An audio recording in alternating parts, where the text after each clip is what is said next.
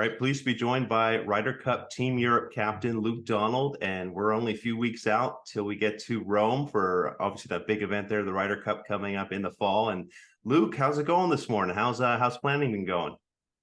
It's busy. Yeah, I've been already on the call for a few things Ryder Cup related. I've got another podcast after we're done today.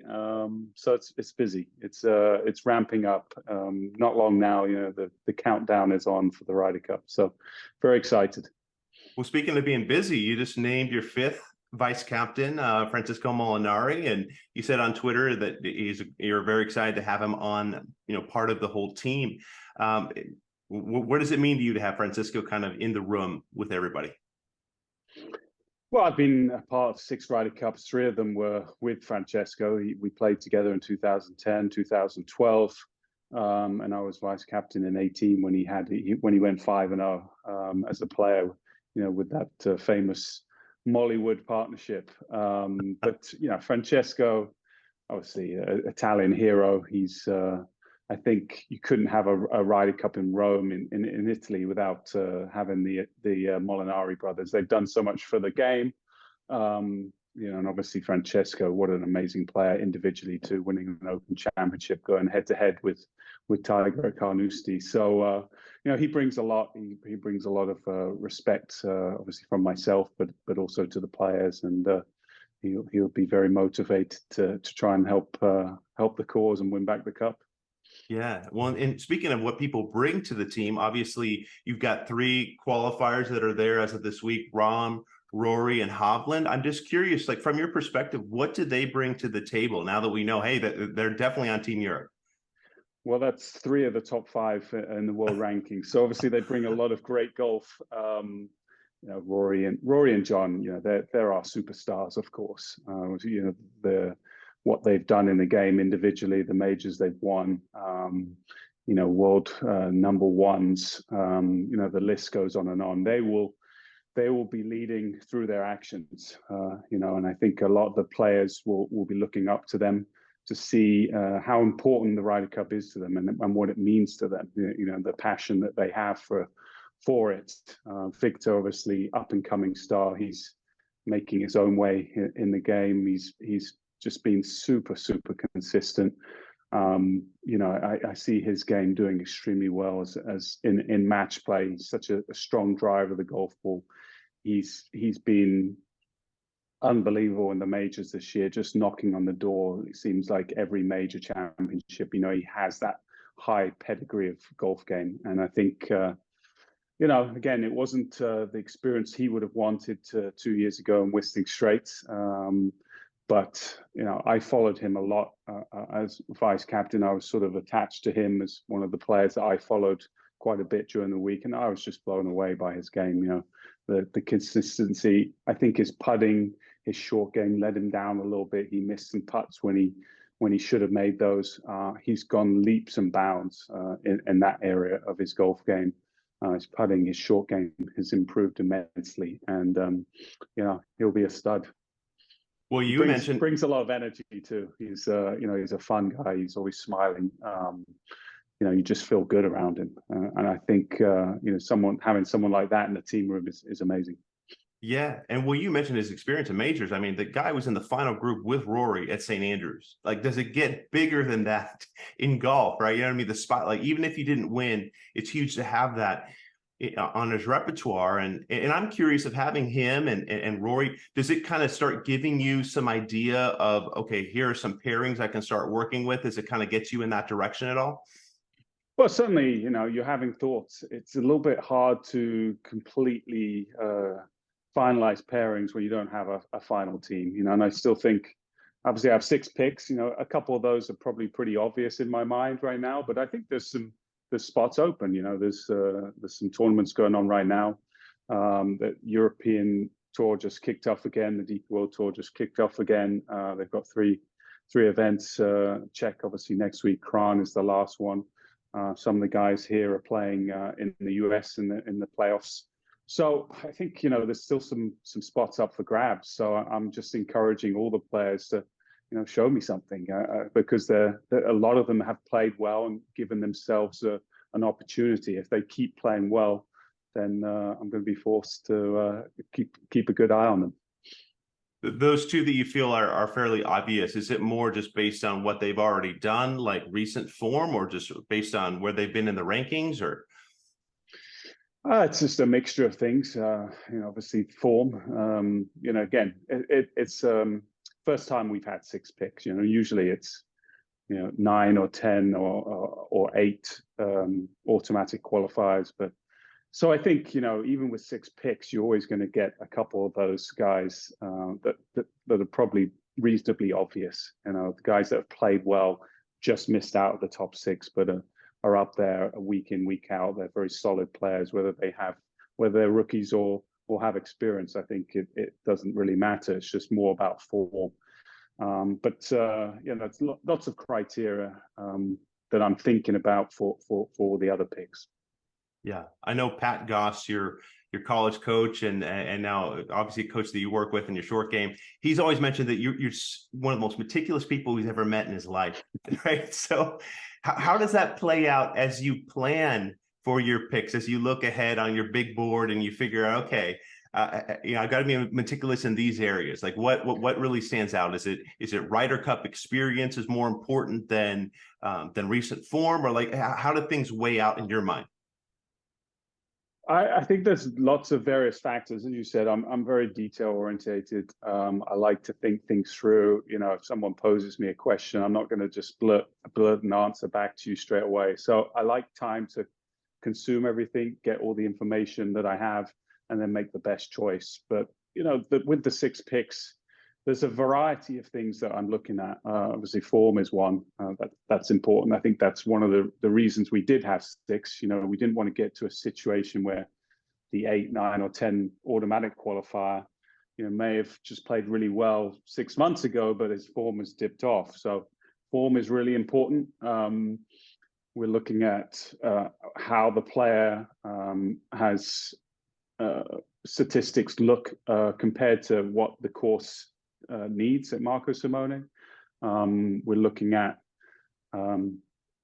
how can we pair best with the 6 that are already qualified automatically. We're looking at a little bit of personality. What do they bring to the team room? I think there's just it's a whole mix of lots of things, and that's why I have my vice captains, 5 of them, to help me guide me, because there are different things that we're all looking at. Some might be more important to the others, and I really want them to really give me lots of opinions and challenge me, and I'll have my mind set up on what I think, but it's really important for them to be involved and have a say as well. Mm. Are you allowed to divulge the 2 obvious ones at this point? Absolutely not. Okay. I don't think that's fair for the players. Right. Obviously I'll have those conversations with the players before that, but I think we're very close again after this week to having being able to announce people that cannot be knocked out automatically. So there'll be another announcement soon, I believe, after the end of this week. Again, so the team is starting to take shape. I'm obviously pretty excited about having Rory, Jon, and Viktor as part of it. That's a pretty strong start. Well, and speaking of those 3, that strong start, 2 of them played all 5 sessions last time in Whistling Straits. As you know, Viktor was there for all 5, and then Jon Rahm as well. Do you see that being an option that you may need to take at some point? Do you see them as being guys that can go all 5? Well, you obviously want your best players to perform.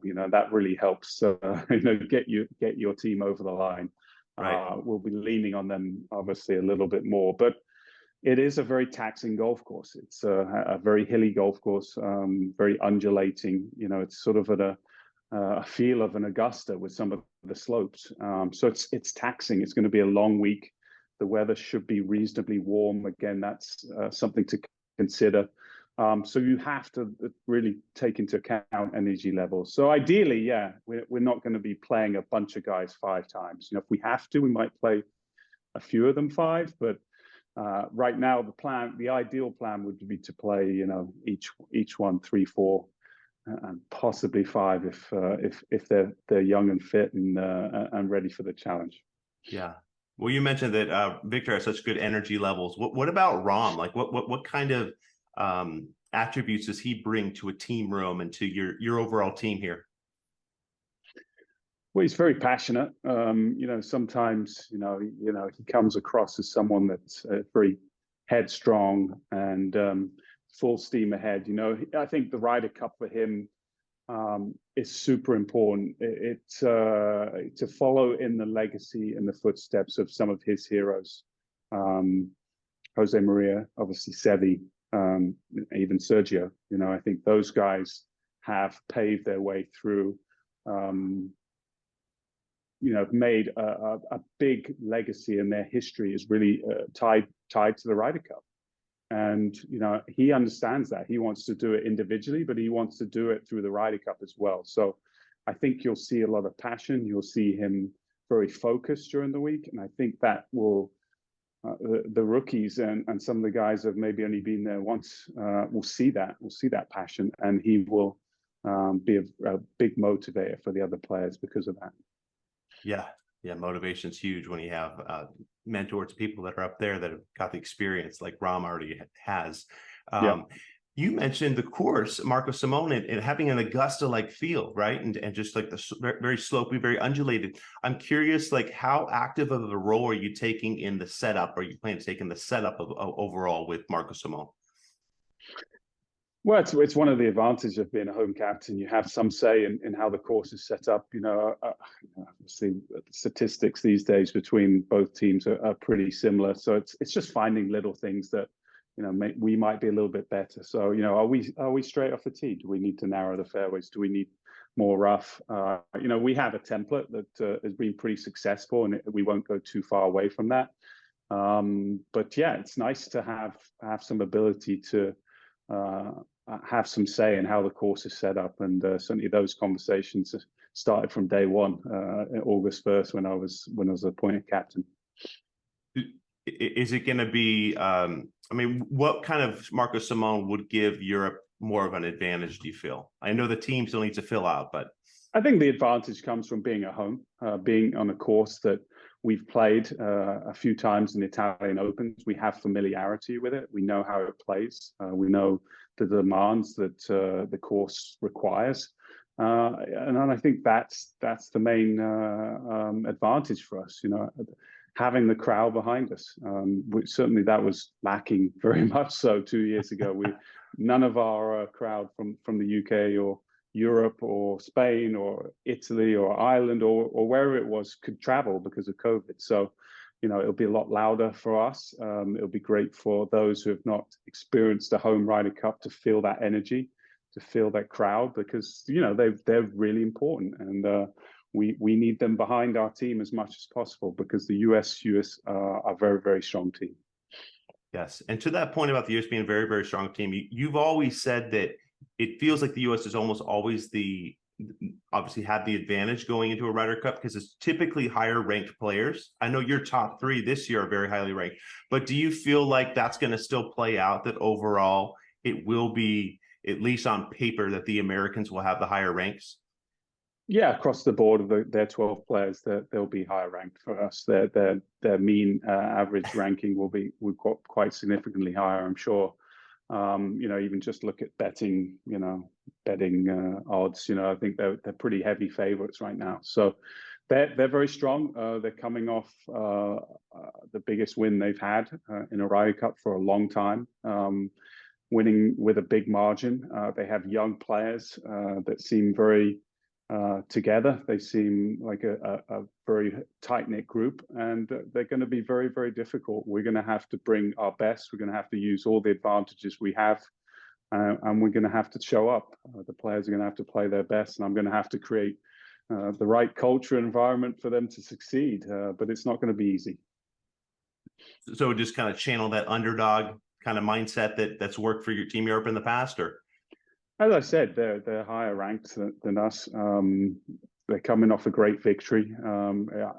We will be underdogs, and we don't mind that though. That's fine for us. We still believe we can win, but I think that underdog mentality is something that we've used in many Ryder Cups and to our advantage. Well, speaking, as you mentioned earlier, just having the advantage, the motivation in your team room, just being able to motivate your guys. Like what do you want your guys to feel in that team room? Like what kind of setting do you want that to kind of tone? Do you want that to set? Well, we're still carrying that hurt from 2 years ago, so it's about regaining that, getting the cup back on European soil, but also just giving them a clear plan for how we can succeed and why I think we can succeed. You know, the purpose is there. We understand what the mission is to win that Ryder Cup back and get it back on European soil. But just giving them some clarity, some purpose about, you know, how I think we have a great opportunity. You know, I think that is all I can do as captain, and put them in the right frame of mind, and just, you know, make them believe once they step on Friday that they have a great opportunity to win that week. Well, speaking of what you can do as captain, I look back at the 4 teams that you played on, right? Some of those leaders, Langer, who took a risk on you as a captain's pick, and you're grateful for that, and Woozy, and then of course Monty, and then Jose Maria. What are the things that you take from those 4 guys, leadership traits from those 4 captains that I know you're close to still? Yeah, all very different leaders, and all had their own way, and I think that's the great thing about it. You want to put your own spin on it. I've certainly picked up lots of things from all my captains. You know, Bernard Langer, I've been asked this question a lot. I always say Bernard Langer is the one I'm probably closest to, just for the detail and the meticulousness and just trying to, you know, cross all the T's and dot all the I's. You know, it just seemed like he had everything under control. I always felt I knew where I was with a player with him. You know, he communicated exactly what he was thinking, you know, who I was going to play with. You know, you just had a lot of clarity, which for me was really important. So, you know, Woozy, again, a little bit more carefree. I think he had a great fun of his captaincy, enjoyed it. And I think sometimes I get so much bogged down with the details that I need to enjoy the journey a bit more. So I can take that from him. And then Monty was very inclusive. You know, I think he understood that it was important to have feedback from everyone.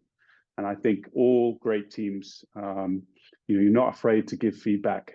You're not afraid to speak up when you feel like something could change, or be it, you know, it's not just the captain. This is the way. You know, this is how it's going to be done. I think Monty showed a lot of that. And then Jose, obviously, you know, he had the spirit of Seve, you know, the passion of the Ryder Cup, what it meant. You know, it's very fiery, even though he's quite a quiet guy. He doesn't show his emotion that much, but you really saw it in his captaincy. And I think, again, you'll see me, someone that's quite quiet as well, like Jose, you know, having a little bit more energy that week, a little bit more passion, a little bit more, you know, let's go kind of mentality.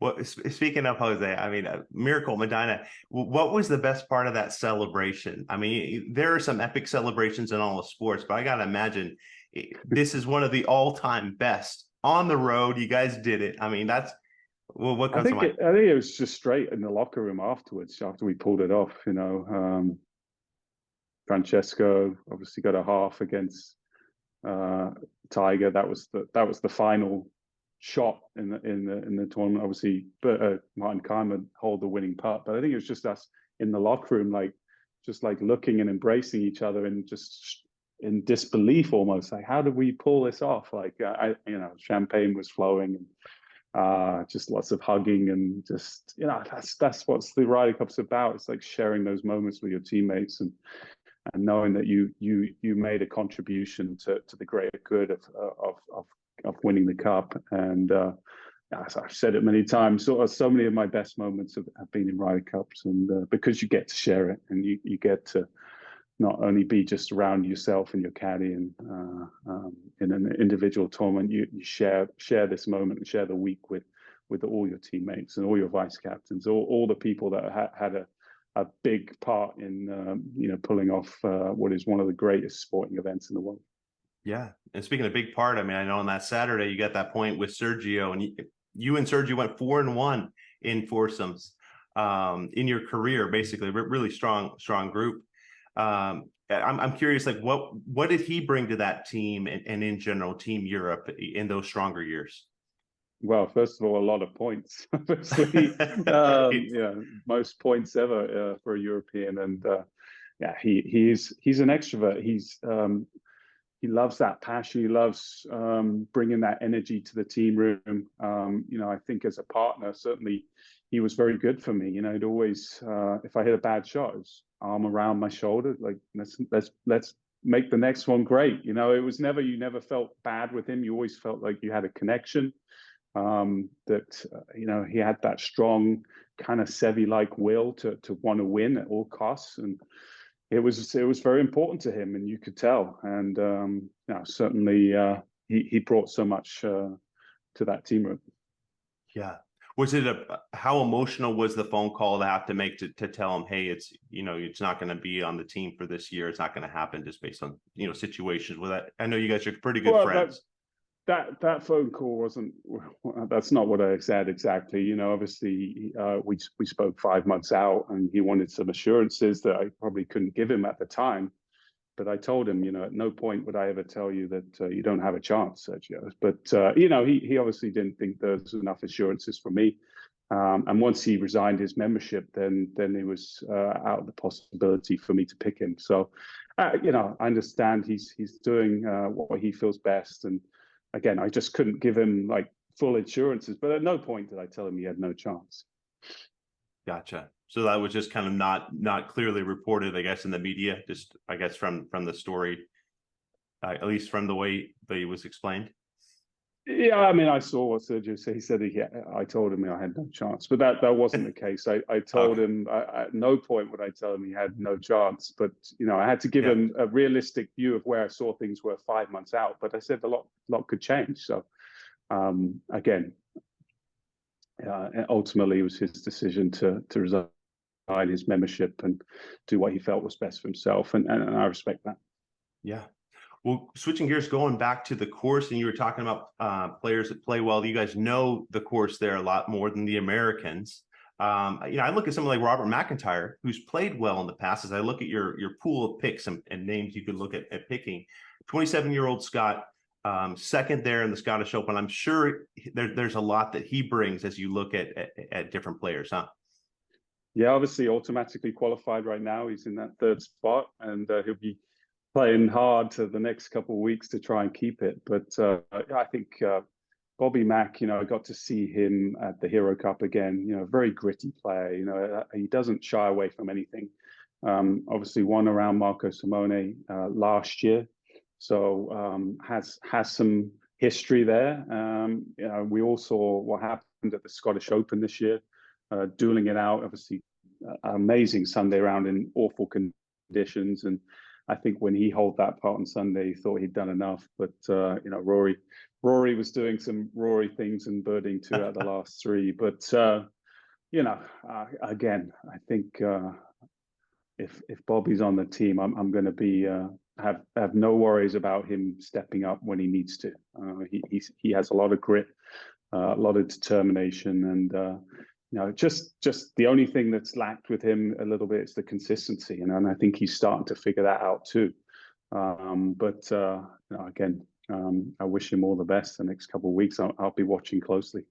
Yeah. Well, speaking of the next couple of weeks, I mean, Tommy Fleetwood has gotten himself into the playoffs and has been playing really good. I mean, we're talking about T3rd last week. He was 1 stroke out of a playoff. I mean, I don't have to tell you how good his form has been.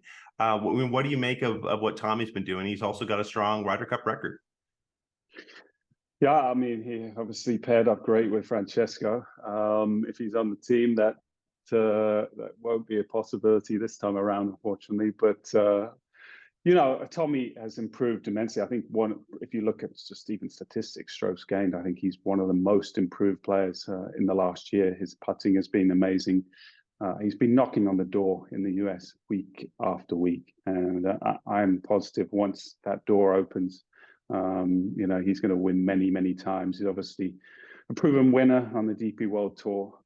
He's feeling more and more comfortable as one of these great players in the game of golf. He has the game for major championships. We saw that at the Open this year. You know, more pressure on him being at a home venue for him, and he was right there again. So Tommy is playing great. He's got a great demeanor. He seems very comfortable with his game. He seems very happy with where he is, and yeah, obviously wouldn't surprise me if he's on that team. Yeah.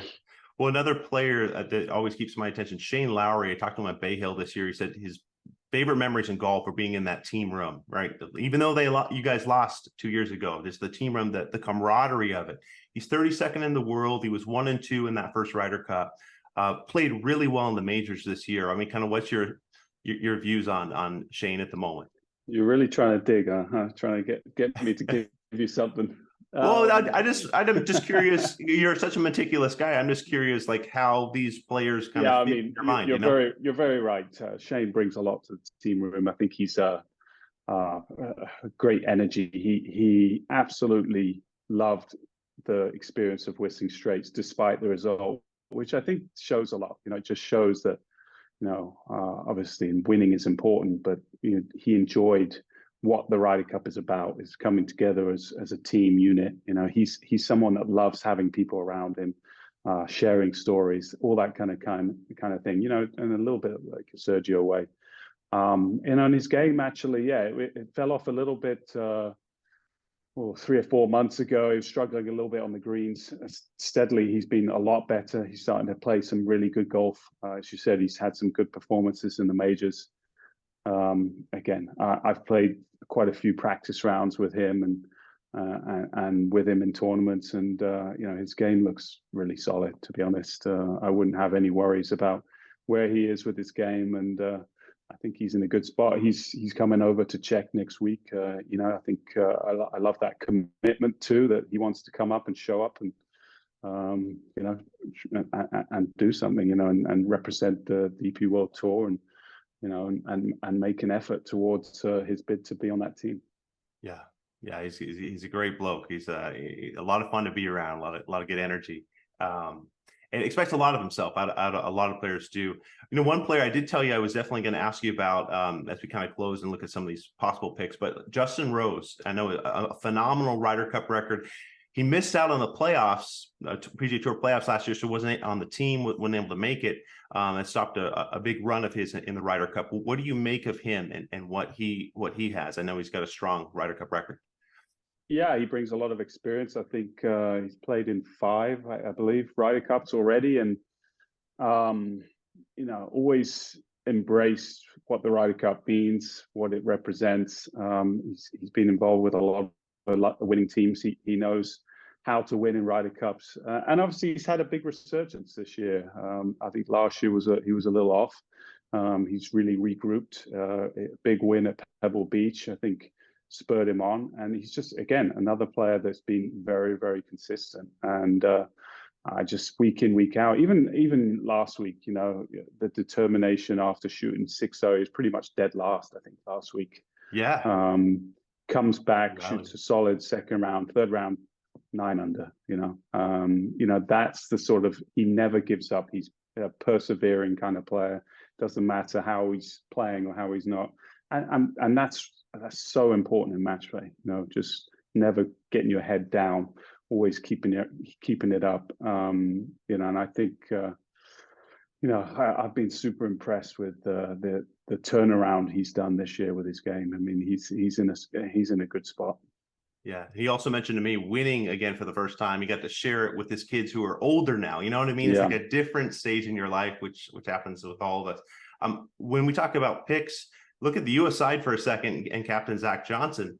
I mean, what's your impression of his big stable? He's got quite a stable now. Lucas Glover playing well out of the woodworks. You were there at Wyndham. I mean, there's a lot on his plate, right? Yeah, certainly. I think the team's going to have some new faces. Brian Harman and Wyndham, I think, are guaranteed already. Wyndham certainly. Yeah. You know, 2 guys that have never played a Ryder Cup, so new faces, but they deserve to be there. Absolutely, major champions. I mean, amazing to see them play so well. But the US always have a massive stable of players that they can choose from. That's a good thing and it's a bad thing. It's a good that there's so many good quality players, and it's a bad thing that some are going to miss out, and Zach's going to have to make some tough choices. Yeah, I mean, I'm really trying to concentrate more on my choices. I don't have any say in what Zach does, but it'll be interesting. Obviously, I get to see his picks before mine. I don't think that will really change anything for me. You can't really do that matchup so much, but I do get to see his picks the week before, I believe. So it'll be just interesting to see where he goes. Yeah. Well, I know he's got, obviously it's different from you, but he's got live players that are possible, with Brooks and, DeChambeau shooting 58. I mean, does that make at least the picking side a little bit different or harder in a certain way for Zach, do you think? Or I certainly have quite a bit of clarity, where I am. If you're a member of the European Tour and you're European, then I can select you, whether you're live or not. So it's just a bit more clarity on my stance. If you resign your membership, then unfortunately that's not an option for me. So he has more options, because I think he can consider anyone from live if they're Americans. So again, it's just one more thing for him to think about. But we'll see how it plays out in the coming weeks. Yeah. I know you called it your biggest honor in 2012 when you got to go first out in singles. Just the emotion of it, being number one, that's just always just something that's special, huh? It is. After the win on Saturday evening, we were in the clubhouse and Jose said, where would you like to play in the lineup? And I said, somewhere near the top. I was just not far removed from being number one in the world then. So I had a responsibility as one of the best players to go out near the top. I didn't say, put me out number one. That was up to Jose. But I actually was back in the team room hotel and in an elevator going up to my room with Ted Scott, who was caddying for Bubba Watson. He said, "I'll see you in the morning." And I was like, I didn't even know that the pairings had come out. And he's like, "Yeah, we're out number one. You and Bubba." So I was like, wow, how do you react? This is amazing. Like, obviously, the first thinking is, wow, am I ready? Number one, of course I'm ready. Like, what an honor. And for Jose to put that honor on me was special. And I was glad I was able to deliver, because I hadn't played that well early on in the week, to be honest. I've been struggling with my game a bit. But as the week went on, I kind of found some stuff. And then Sunday, I just played my best round I've played in a long time, and really didn't give Bubba much of a chance. Well, great stuff. Luke, always appreciate your time, and have a great time out there in Rome and the lead up to it here coming up. All right. Thanks for your time, Garrett.